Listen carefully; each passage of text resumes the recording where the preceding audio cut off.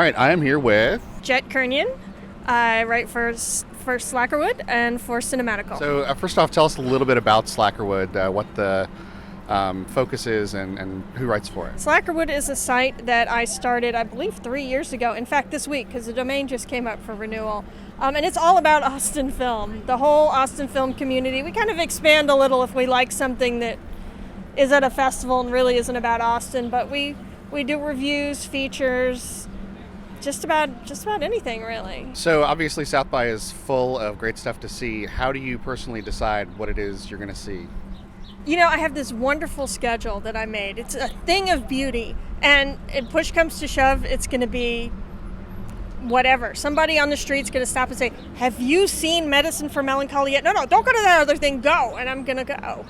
And that's going to be my favorite movie of the festival. So do you get approached by filmmakers on the ground very much? Sometimes I do. We get a huge amount of email beforehand. It gets crazy, and in fact, the email really doesn't usually do too much because there's so much of it. But getting approached by a filmmaker happens sometimes, and if the film is interesting to me, then I'll go. Do you have any favorite memories of a filmmaker really getting your attention with something unusual?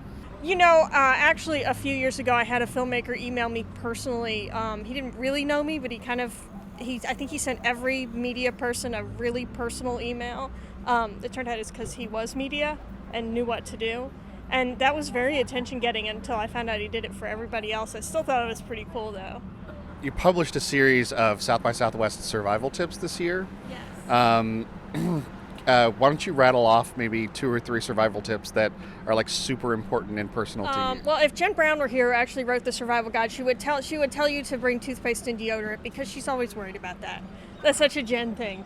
You know, she says the festival venues get very smelly. I'm all about the water bottle. And get one that you can stick in your pocket or in the back pocket or somewhere you can hide from the Paramount ushers because they'll take it away. So bring a bottle of water and this just probably shows my age, antacids. Because she'll be eating crap all week.